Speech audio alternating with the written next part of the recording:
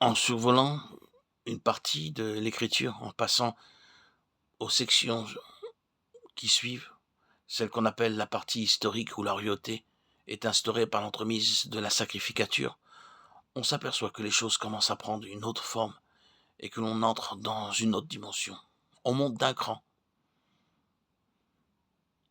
On s'éloigne de la terre, on se rapproche du ciel.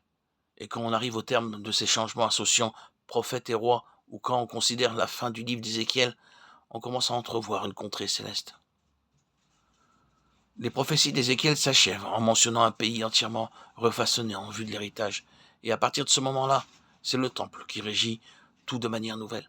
C'est le temple idéal, comme il n'y en a jamais eu auparavant, ou comme il n'y en aura jamais eu depuis l'époque d'Ézéchiel.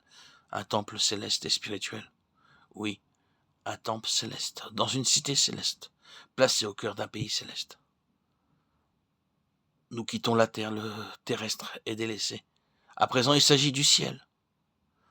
Vous devriez relire ces derniers chapitres d'Ézéchiel en vous arrêtant sur les deux événements suivants, l'élaboration du royaume et l'emplacement qu'occupe le temple, et la cité par rapport aux nations environnantes. Nous ne faisons que mentionner ce point en passant celui-ci, étant trop riche en détails et trop vaste pour retenir maintenant notre attention. En abordant le livre de l'Apocalypse, on est de suite confronté au côté spirituel qui caractérise l'ensemble du royaume de Dieu.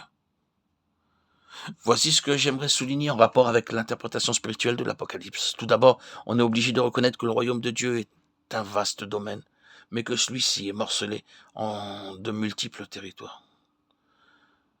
Dans plusieurs passages de l'Apocalypse, on se retrouve à différents endroits d'où le trône exerce son gouvernement. On a la terre puis le ciel.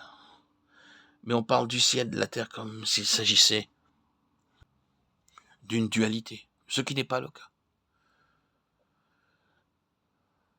C'est plutôt l'idée de multiplicité qu'il faut retenir. Il y a les cieux et les cieux des cieux. Paul a affirmé qu'il avait été ravi au troisième ciel de Corinthiens 12:2. Les cieux présentent donc différentes régions, différentes localités, différentes parties.